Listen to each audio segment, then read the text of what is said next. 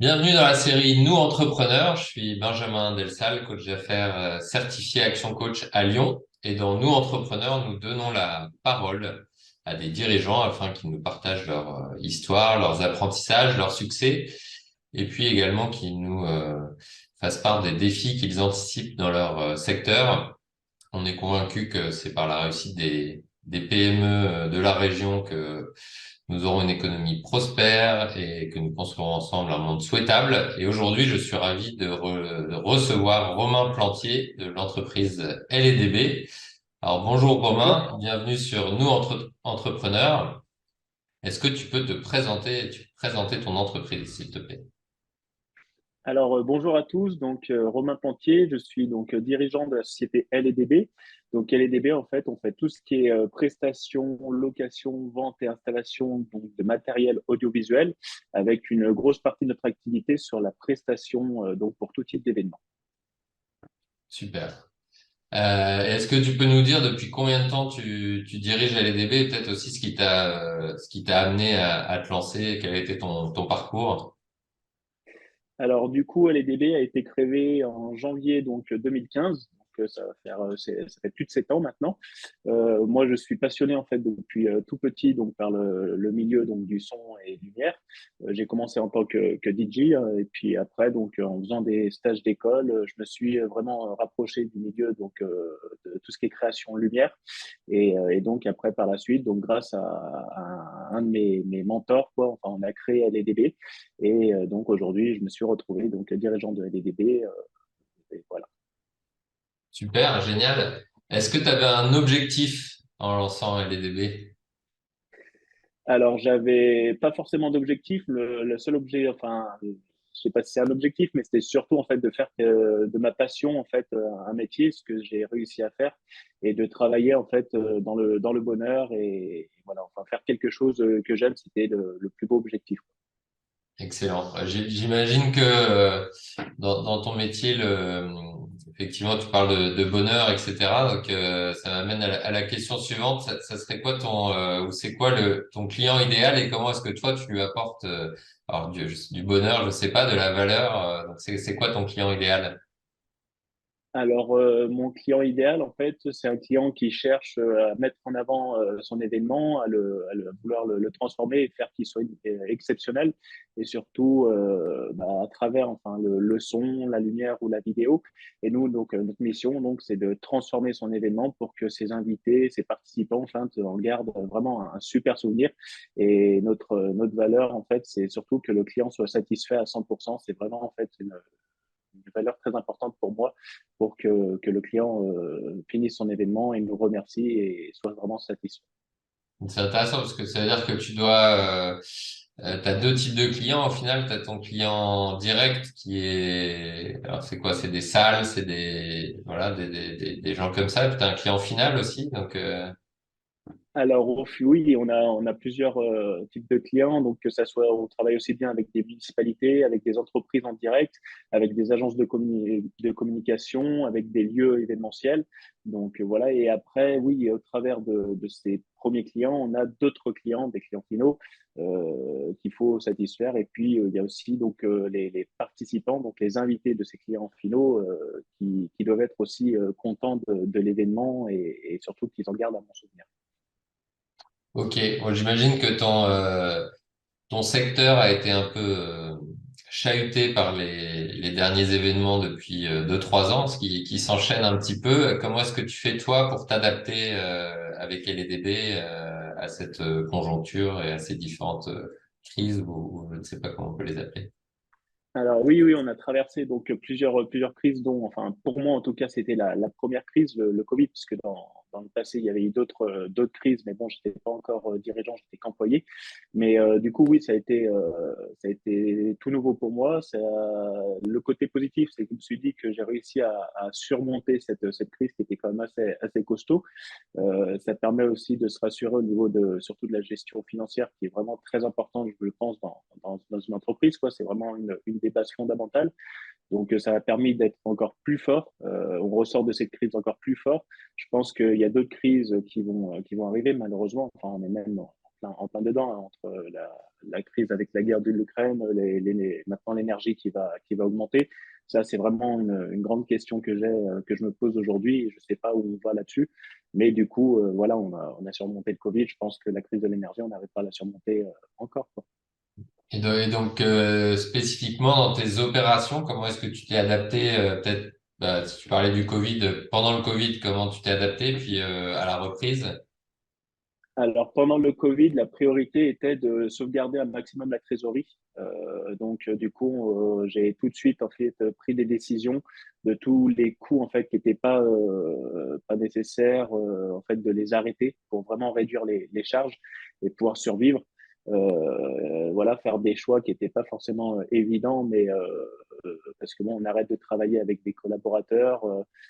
Du coup, c'est des décisions qui sont pas super à prendre, mais qu'il faut prendre, mine de rien. Et puis après, donc, on essaye aussi de se réinventer. On a trouvé, enfin, on est allé sur une autre, enfin, un nouveau concept d'événement, enfin, qui est l'événement donc à distance, avec tout ce qui est visioconférence et tout. Donc, en fait, on a pris ce coche et on a développé cette catégorie en investissant dans du matériel et en répondant donc aux demandes de nos clients avec ce nouveau concept, quoi. Ok, bah, tu peux nous en dire plus peut-être sur cette offre-là qui peut intéresser ceux qui nous regardent? Ben maintenant, en fait, pendant le Covid, donc vu on pouvait pas se rassembler en fait dans des lieux, donc le concept était de faire ça en fait par visio, faire un événement donc complètement digital à travers donc une captation. Donc en fait, on choisissait un lieu où il y avait des intervenants, un peu comme en fait un plateau télé, hein, clairement. Et du coup, donc le séminaire, au lieu que les gens soient dans la salle à regarder le séminaire, donc ils étaient au travers de leur ordinateur. Bon, c'est sûr, c'est moins sympathique, mais ça permet quand même de faire passer des messages et de mobiliser ses équipes. Et nous, donc, on installait tout un plateau télé, en gros, dans les entreprises ou dans des lieux, donc pour filmer, retransmettre l'événement en direct sur une plateforme sur Internet.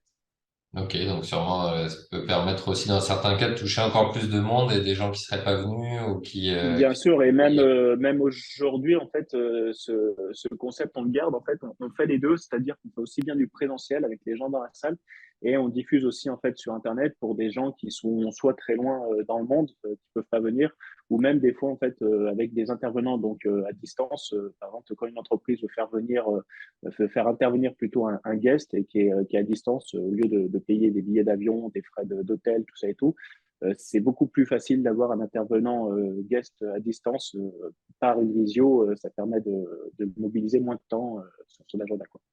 Top, génial. Et est-ce que, bah, peut-être à travers ces différentes évolutions ou même avant, est-ce que tu as un apprentissage clé que tu as pu avoir dans ta carrière d'entrepreneur que tu as envie de partager?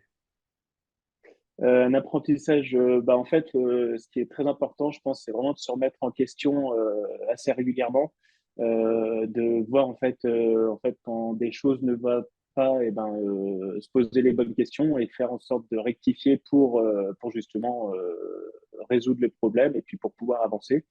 Voilà ce qui me vient là tout de suite, quoi. Ok, donc rester à l'écoute, Oui, être sensible aux signaux faibles peut-être pour pouvoir toujours, ce qu'on appelle dans l'intelligence émotionnelle aussi, capter, réguler, c'est-à-dire toujours être à l'écoute et se réadapter exactement, ouais. constamment, constamment. Ok. C'est une de nos priorités, ça aussi, enfin, être à l'écoute du client, c'est vraiment enfin, essentiel chez nous, quoi. Ouais, donc ça s'applique en même temps à l'environnement que dans la satisfaction client, quoi. Top. Oui, Bon, est-ce que tu vois des défis dans ton secteur dans les prochains mois? Tu nous parlais de l'Ukraine, mais il y a peut-être d'autres.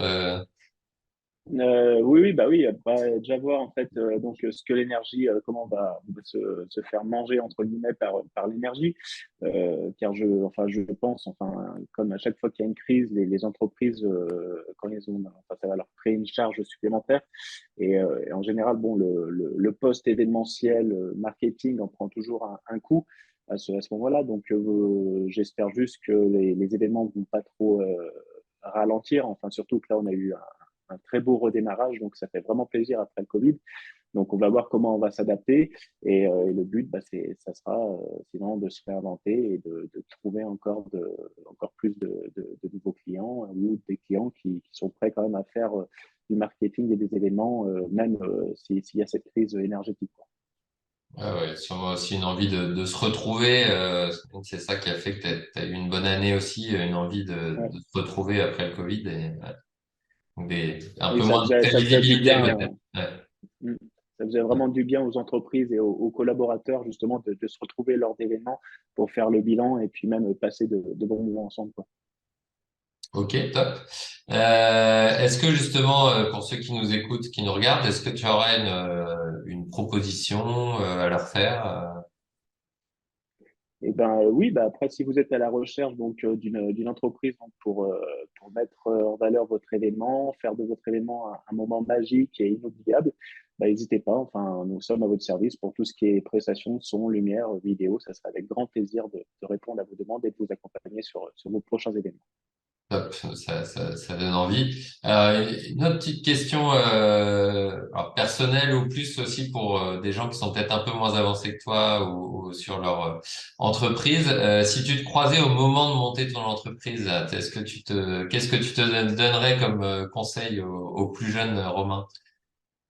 Bah, je dirais qu'il faut croire en ses rêves et que tout est possible quand on se donne la volonté, quoi. Excellent, top. Et dernière question, est-ce que tu as un entrepreneur ou une entreprise de la région qui t'inspire et que tu aimerais entendre sur nous entrepreneurs? Très bonne question. Après, des entreprises qui réussissent et tout, il y en a quand même, ouais, il y en a pas mal. Après, enfin, une en particulier que j'aimerais entendre, c'est une très bonne question. Si, enfin, après, ce qui me serait intéressant, bien qu'il ait déjà fait des, euh, enfin, des interviews, des choses comme ça, il y a donc un gros de notre secteur audiovisuel, enfin, qui est Groupie Levels, Olivier Ginon, qui lui, enfin, qui a eu vraiment une très belle réussite et qui est aujourd'hui, enfin, carrément au niveau mondial, quoi. Donc, c'est vrai que ça serait Eh bien, intéressant écoute, d'avoir un peu plus, savoir un peu plus sur son parcours, quoi. très bien. Ben, je lui enverrai cette vidéo. Je suis sûr qu'il nous rejoindra bientôt sur Nous Entrepreneurs. Merci Romain pour ta participation sur Nous Entrepreneurs. Merci d'avoir partagé ton parcours et ton expérience De rien. avec la communauté pour cette première, on peut le dire. Et puis merci à vous tous de nous avoir écoutés, regardés. À très bientôt pour de nouvelles interviews inspirantes d'entrepreneurs. Et comment est-ce que nos auditeurs peuvent te contacter si jamais ils veulent en savoir plus sur ton activité ou tout simplement organiser un événement? C'est quoi le canal le plus simple? Alors, sur notre site internet, donc www.l-du6db.fr, voilà, vous avez notre site internet. Sur notre site internet, vous retrouverez donc notre numéro de téléphone et notre adresse mail. Eh ben génial. Merci beaucoup Romain. À très bientôt. De rien. À À tous. bientôt. Bonne journée.